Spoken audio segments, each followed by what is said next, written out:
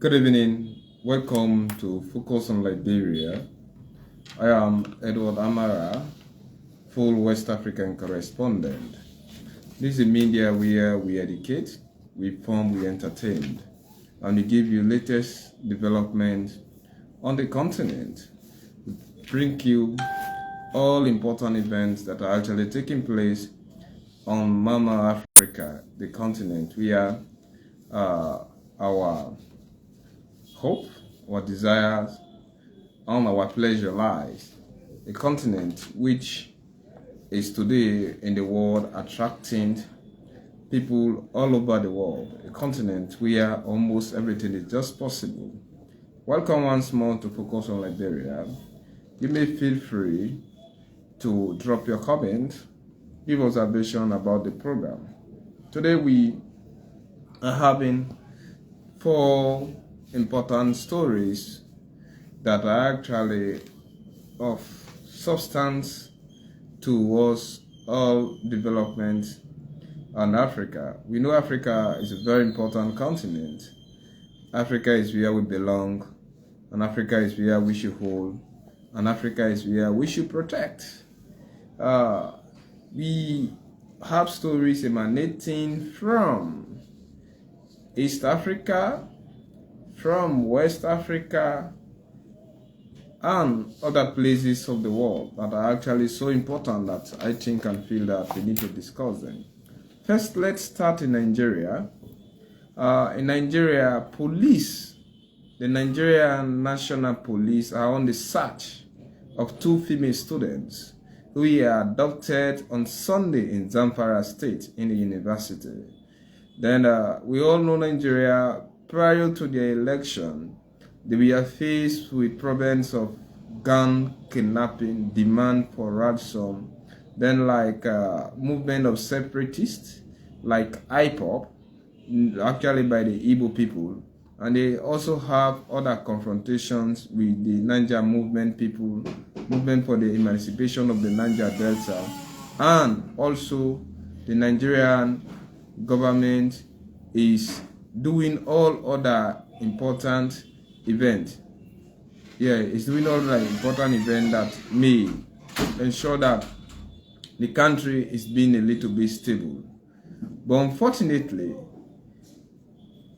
latest development emanating from the country is placing Nigeria in a very difficult and dire situation, which Africa needs to actually watch at, especially our leaders. Before this time, in places like Zamfara State, you have Nigerians who are well schooled into kidnapping. They kidnap for ransom and they demand for money. And if money are not given, or if money is not given to release those people who are actually taken into custody, many of them are tortured, some of them are raped. It happens with the Baoshia guys, with the Chibo girls, and since then it has been happening on numerous occasions. And of late, they have turned their attention to attacking schools, attacking universities, and in Zamfara State, they went and locked the 2 private securities in the jail and kidnapped 2 female students. The police are actually on a manhunt to ensure that those kidnappers are being apprehended and the female students released. Unfortunately, they have not had any way out, and they are calling upon the citizens in Nigeria to ensure that they absolutely cooperate with the police in locating the female students so that they can seek for their freedom. But the families of the female are also alarmed, they are concerned, and they really want to ensure that they have their student or their children being released, so that if whether they are going to continue their education, they should, or the government should provide absolute security. The governor-elect of Zamfara State has actually promised to cooperate with the police, and also they are calling upon the kidnappers, wheresoever they are, let them show up to ensure that they release the female student. Then in the northwest state of Kogi State, there was also an attack there yesterday on Sunday. People were being killed indiscriminately, and it's very unfortunate and amazing for the police to even say that they do not even know the amount of civilians who have been killed by these armed robbers, because they attack villages in Kogi State, and they killed people indiscriminately, came on bikes, and they took over certain villages. Nobody knows what exactly has led to this massive killing in Kogi State. And Kogi State was one of the few states during the 2023 February presidential and gubernatorial elections which had some series of confrontation. And Zamfara State was another one. So just after the election, we have seen the same thing that was happening under Jonathan. In fact, under Buhari, is the same thing that is continuing. Under Jonathan, of course, Boko Haram became heightened, but kidnapping was not as alarmed as it is today. Now, under Buhari, we are seeing this thing. So it's like there is still change of power, although Bola Ahmed Tinubu have not taken over the baton of power. But it's like the same thing that was happening to Nigeria is bound to happen. So there is no change of philosophy. The new leadership being elected has not affected anything positively, although he has not taken over power. And it was the time frame given for the cases to be tendered in court against the election of Bola Ahmed Tinubu was on the 31st. But luckily enough, cases have been petitioned into the court against his election as president.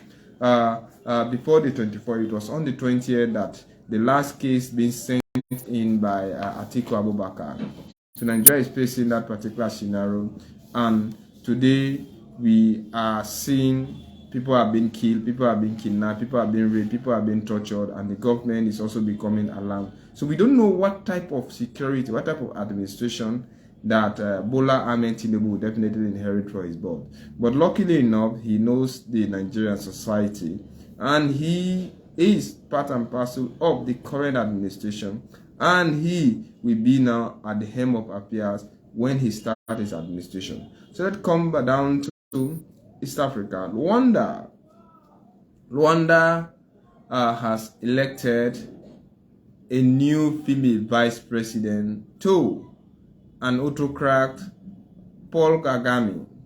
Paul Kagame came into power since 2000, and today he is 23 years in office. In 2015, he amended the constitution, removing the 2 presidential term limit, giving him the opportunity to rule as far as 2037. And knowing Paul Kagame, I can say he is a benevolent dictator. I'm terming him to be a benevolent dictator because in actual fact, he has changed the philosophy, the political philosophy of the Rwandese. Then he has brought some amount of high-level development. Maybe Rwanda could be one of the highest or the most developed capital cities in Africa. However, it came with certain consequences, because any development has its own dire ramification on the citizens, maybe on people who also are harboring political ambition. In Rwanda, opposition leaders are not actually given a free platform, maybe to broadcast their feelings, to air their opinions, and they do not have that equal platform to contest against the dictator known as Paul Kagame. However, Paul Kagame has actually encouraged the participation of females. In fact, Rwanda has the largest amount of opposite set of females in their governance system. No other country on earth ever have such amount of parliamentarians and females be involved into their governance system. And today, or on Sunday, Rwanda has gone ahead to elect the first female vice president, who was a senator till 2019. She's a businesswoman and also a banker. Kongoli Yumiwama was actually a business person, a banker, and is also a senator. Today, she's deputizing the president of Rwanda, that is Paul Kagame. So she's now the second, maybe highest or most powerful citizen in Rwanda. The West can congratulate Paul Kagame, but this is the hypocrisy of sometimes of the West. Okay, just maybe fighting. I hate when people say let's fight for equality. At least let there be equity. If Paul Kagame has come in with equity, maybe both females and males would have been treated fairly. But on numerous occasions, he has detained, tortured. I think there should even be a female opposition leader who is actually in jail in Rwanda because she has her own opinions, her own feelings against Paul Kagame. She called him a dictator, and we have seen all of those things. So it's like even females are only safe with Paul Kagame, provided that they subscribe to his national and patriotic, his national and patriotic, or the Rwanda Patriotic Front political party. Those who are against him will never be protected. They will never be supported. So maybe how do we term say, is that a democracy? Democracy comes with a discriminatory mentality, limited opportunity, and those only who can have that maximum freedom to flex their mentality to do whatsoever, and those who sympathize or apologies of the president political party. And in that election, she gained around 1,945 votes, giving her 93% of the total vote cast. And Paul Kagame was elected by 99.8% of the total vote cast. So it means it was only a single person who cast a vote against him. In fact, that could even be assumed that they want to prove that there is little amount of democracy. Only one person who cast a vote against him from the party hierarchy. So based on that, he still has the power to contest the 2024 slated or yet to be slated. It is slated for 2024, the general elections, but the particular month has not been declared. And Paul Kagame also have the right to contest election till 2037. I don't know whether there are no other people in Rwanda who are actually qualified to contest for election except Mr. Paul Kagame. So from now to 2025, Paul Kagame will definitely be the president of Rwanda. And based on their constitution, there is no presidential term. So his departure from the throne may only depend on his intention not to continue the contest. If he has the intention to continue the contest, then I am afraid, but I have to confess that nobody will definitely take over power from him till he dies. Although he is widely accredited because of his coming with peace after the genocide, but maybe still at the detriment of others. And nobody knows how his predecessor died and who was actually responsible for his killing. So let's see. Let's come into the Sahel. The Sahel is definitely becoming hostile to journalism. This is as a the military, France is actually contributing towards the advertisement of dangerous Islamic movement into the country. So they have actually banned the existence of France 24, RFI, and other international press stations or media into the country on the backdrop that they are there to propagate Western mentality and also promote the ideology of Islamic jihadist movement. And they are also serving as a mouthpiece to this particular uncultured society. So it is unfortunate that there is no independent, according to them, media into those two countries. And by right, we all know the military. Each time they take over, any media house that may be around there, if you do not sympathize with their ideology, you are bound to leave. Then finally, let's come to Kenya. Kenyan leaders have been commended for accepting or agreeing to peace talks. Both Raila Odinga, who is an opposition leader, and William Ruto has agreed.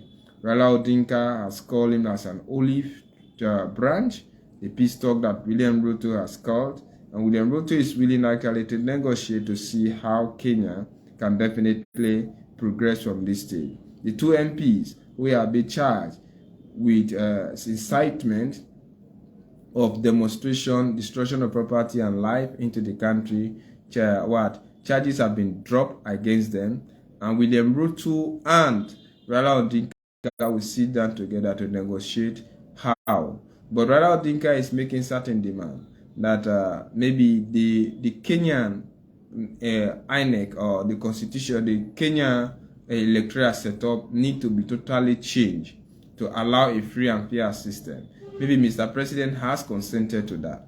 But part of Raila Odinka's demand are also that those 3 or 4 commissioners who were sacked by William Ruto just after his election should be reinstated. I see that as a far-fetched idea. They will never come because the president has his authority to actually do that appointment, and just after that the commissioners will become independent from the appointment of the president. But Mr. President is now taking order from Raila Odinka to reinstate those guys. It means he's no longer president, but then it is Raila. And I don't think Mr. President is definitely going to consent that. And by William Ruto calling for peace talk to be held, and Raila Odinka immediately suspended the strike, that also is a clear indication that Raila Odinka, though has physically denounced and denied the election of Ruto in 2022, but morally he has accepted it, and he knows that he is Mr. President and negotiations should also go on.